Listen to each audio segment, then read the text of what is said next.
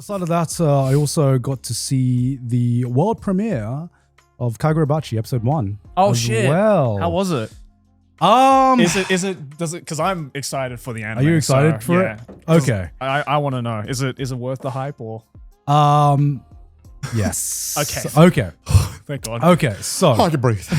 so obviously Kagurabachi, became a meme for being the greatest new manga to ever come out. Before it came out. Before it came out. And then it came out and people were memeing on it and then the meme died. And then if you kept up with the manga, you'd realize, holy shit. It's actually really good. This is actually really, really good. Yeah. And so the anime is coming out and it is being animated by Cyberpunk. Okay. Previously Cygames Pictures. Yep. Who have not done a massive an IP as big as Kagurabachi before. It is not Mappa, it is not Ufotable, but it is one of the most promising new studios I think that have been around for a while. They have used their Uma Musume money very, very wisely and have used that to fund a lot of, or not only anime original projects, but use that to fund some very exciting projects. And I think Kagurabachi is them putting their foot down as a possible new like superpower in the anime. Yeah, contender for like the big shonen. Position for sure. In the anime studio space. And so I saw the first episode and I was trying to compare it with some other shonen first episodes, right? Because I was thinking about episode 1, JJK. It was fine, you know. It was I'm gonna use Joey's word. It was okay.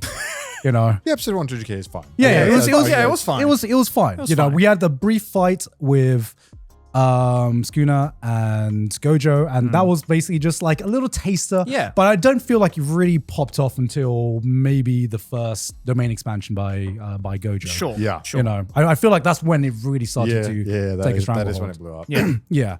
I can't even remember My Hero Academia's episode 1.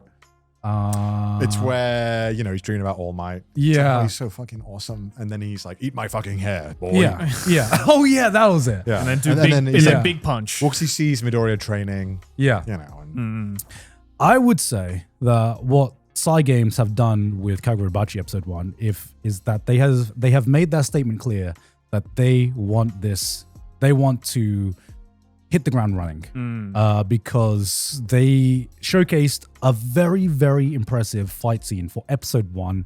And I was trying to think if there has been, I've seen a more impressive fight scene within an episode 1 of a big shonen adaptation. And I'm struggling to think right now, maybe there's going to be some other show that I'm forgetting, but what they did is they took what I think is a very, very simple fight in the manga and they expanded it to be really, really fucking cool. They did go above and beyond.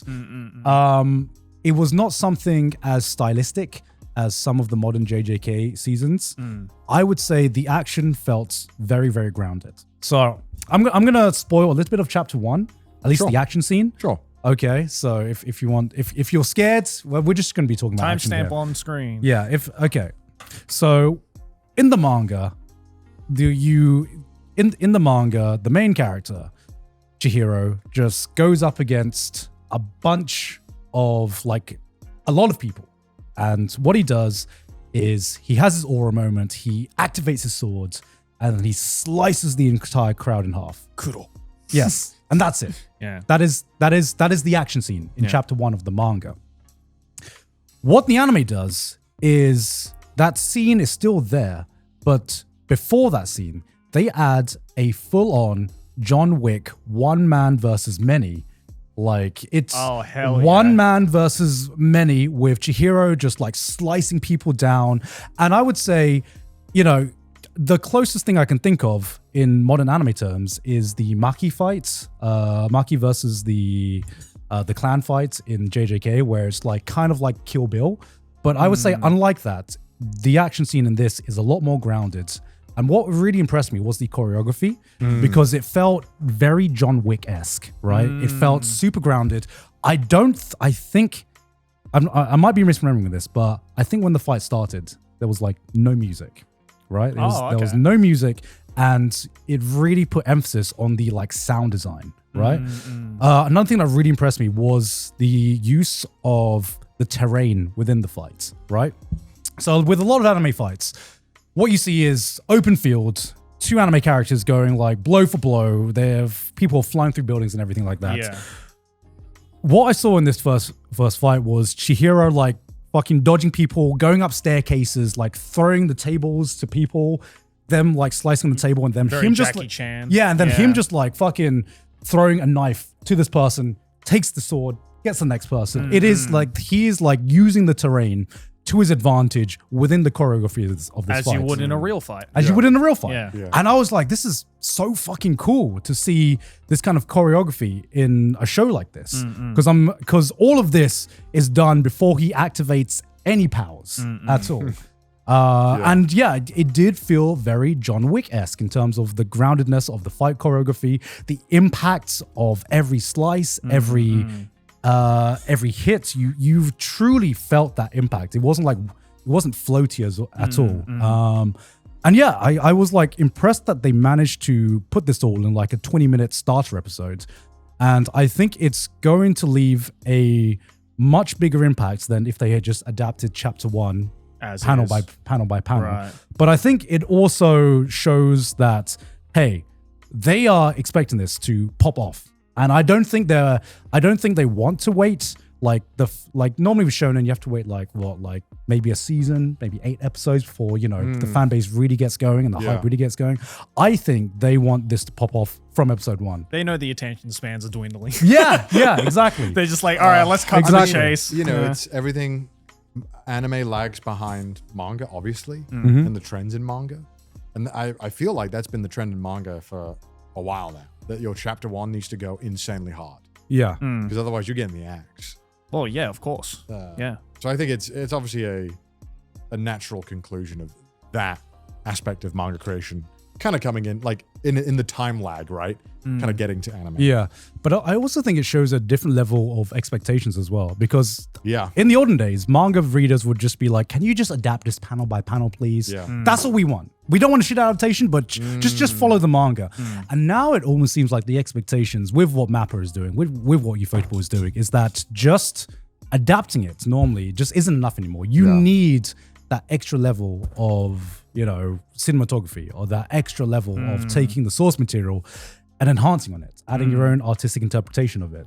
And which can go one of both ways, which depending on how it's done. Which can go one of both ways. Yeah. But it definitely, I think it's going to be a very, very hype first episode when it airs, but we're going to have to wait all the way till next year until... I'm so excited though. Until That's so annoying. It comes out. It's so fucking I want to annoying. watch it. It is very, very annoying. But from just episode 1, obviously this is just me talking about episode 1. It looks very promising. No, I believe, man. It's the greatest anime ever made. Yeah. And it hasn't even come out yet. Did you get to go to any other panels? Any anime things? I didn't, really, sadly. really wanted to go to the Edgerunners 2 panels. Oh, yeah. Yeah. I mean, that's not coming out. That's coming out in October, right? This year, if I'm not mistaken. Yeah. I'm excited, man. I like that. That show fucked me up, so I'm ready to get fucked up again. Hell yeah, dude. I can't hear that song without crying, bro. No. Yeah. I don't. Even in my head, I hear it, and I'm tearing up. Yeah, fall 2026. Fall There you go. 2026. We don't have to wait long for this one. Yeah. So I believe they aired the first episode in the panel of this. Right. But also they've released all the character designs, and this was one of the things I was most excited about, because when it's like Studio Trigger, one of the things I think they are so good, they're good at a lot of things, but one of the things they consistently are at the top of their game is character designs. Oh yeah, 100%. I think they are a trendsetter, and every time they come out with a new character design, it's like, God damn, how did they do it again? How do they keep cooking? And they're just releasing new character designs now, and I'm like, yeah, they did it again. Fire. They could have gone for Lucy 2.0. This fire. Oh, sorry, I get excited. That song's so sick. Yeah. Do you have the poster?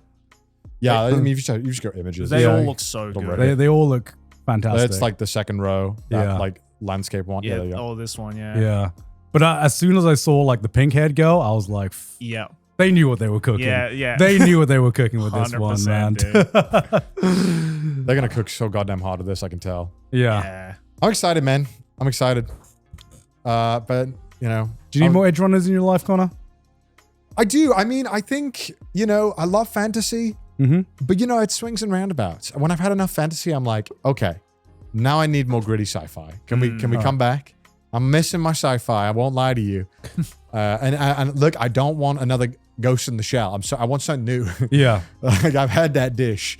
Give me something else. But did you see the new Ghost in the Shell? I haven't seen it, but I don't know. It's so hard to because I love the original so much. Right. And Standalone Complex is fantastic. 100%. And the OG Ghost in the Shell is an experience. Sometimes I don't know what the fuck was going on in that movie, but it didn't matter because that's not what I was there for. It's the vibe. I was there, and literally, I'm there to be in the vibe of the world. You played the original Cyberpunk, right? What, 2027? Yeah. I played week 1. So I didn't play the same game that you probably played, to be honest. Have you played the expansion? No, I haven't. So I beat it in the first week. Bro, you gotta play whilst I was fighting for my life to get through it with the bugs. Because remember when it came out? Right, yeah. It was bad. Yeah. And back then it was also kind of shitty because everything was broken. So it's like I had this gun that would just trivialize the game. Yeah. And I didn't give a fuck about the story because I was still at that point where I didn't care. And I was just kind of treating it as cyber GTA. Yeah. Which I guess is what it's supposed to be, but I think they went for a heavy narrative with it. You should have you played the DLC? No, I've heard it's amazing. You should play the DLC. I think, you played the base game, so you kind of know the story anyway, but I think the DLC Idris Elba, right? He's amazing. Idris Elba is amazing. It's got a fantastic fucking story as well. I think the best story in Cyberpunk 2077 so far. And I think you coming back to play the DLC is almost like you just wiping the slate clean and playing like a sequel or like a side story, I guess. Because I feel like by the time the DLC came out, this is the vision that was sold to us, and it's such a fantastic game. And I'm sad that it had to get rushed out in the. They're done updating it now, right? I think did they announce that last year? I think because they were still doing updates. Can we check? I'm not sure. Is Cyberpunk still being updated? Because I know they were doing updates for a long time, but I think they stopped. It's still being updated. Yeah, I mean, so that's kind of why I'm kind of waiting for me to get to the point where I fully have forgotten everything. Yeah. About this game. Because I know I wanted to revisit it at some point. But we'll see. Yeah. I think it's going to be a vibe thing for me. I think it'll be a thing I have to come back to it and I have to really appreciate what it became. But such a shame that it took so long to come out. Yeah. It was overhyped. Bricked my PC a couple of times. I'm sure anyone who played it on release will remember, it was a really unfun game to play, but I played through it because at that time when I was streaming, it was right when I started, and it was what you do is play the new game. Yeah. So I just did that. And I didn't really want to. I wasn't going to consume the story, so it's kind of pointless. Yeah. Okay, I got an even harder sell for you. Sure. But I'm going to try it anyway. Sell me. All right. Keeping to theme of Cyberpunk Edgerunners. All right. Cyberpunk Edgerunners Wuthering Waves collab. I fucking knew you would react like that. I saw a lot of people. I saw so many clips of people crying and reacting to it. Did you hear about this? What? Wuthering Waves did a Cyberpunk Edgerunner collab, and apparently it was. I did see that. Apparently it was god tier. I'm trying to sell it to you guys because the collab is permanent, or the collab story is permanent, and you can skip straight to the collab. Yeah, I heard people were crying over this. Right? Yeah, so let me sell it to you guys because I think it would be really cool for you guys to experience this. But it is Edgerunners episode 11. Oh shit! It is an epilogue to Lucy's story. Right. Oh, I'm gonna cry thinking about that. I fucking cried. I was like, I don't need to know the epilogue. They're broken, bro. Lucy's broken. I was really I came into this because I've played some Gacha Game collabs before, and as I'm sure you guys have, and it's just hey, here's some fun fan service between the characters, and and this collab, and look at them, they're interacting and stuff. So what makes this collab special, and what makes this collab different? And you can know this because I wasn't paid to promote this collab at all. You son of a bitch, Scott. Promoting Gacha games on the pod for free. But genuinely, even if you're not a Gacha Game fan, if you're an Edgerunners fan, fucking highly recommend just playing through this collab story. You don't need to play through the rest of Wuthering Waves if you don't like gacha or whatever. And you can understand this without playing the rest of the game. So, what I think makes this collab good is that it feels like, even though it's in a Wuthering Waves game, it feels like a Cyberpunk story with the Wuthering Waves characters' cameos, as opposed to the other way around. Oh, okay. Right? The biggest down point of this collab is that you are having this really emotional story with Lucy coming to terms with everything that's happening, and then the main character of Wuthering Waves, Rover, is just standing there. that's the biggest thing. But I get it. It is a collab. But like the original writers for Edgerunners worked on this collab story, which I think makes it really special. I would argue that Rebecca gets even more screen time in this collab. Wait, episode 11. Yes. Wait, how? I don't want to spoil. Okay. I don't want to spoil. Because we all know what happens in episode 10. I don't want to spoil, but it is kind of like explained. Okay. Oh, okay. shit. Okay. Because I'll let him cook.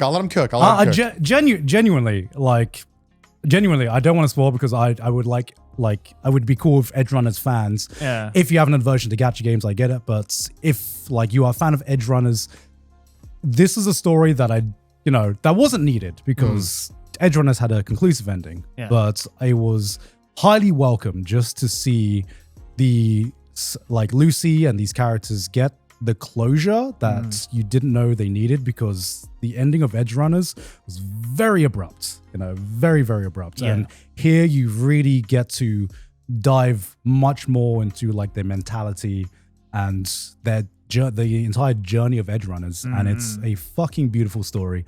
And yeah, I teared up. I was like tearing up during the ending, man. Damn. It was I've been thinking about it. writing. All right. Yeah. Word. Since 0.3 seconds ago, I've been thinking about it.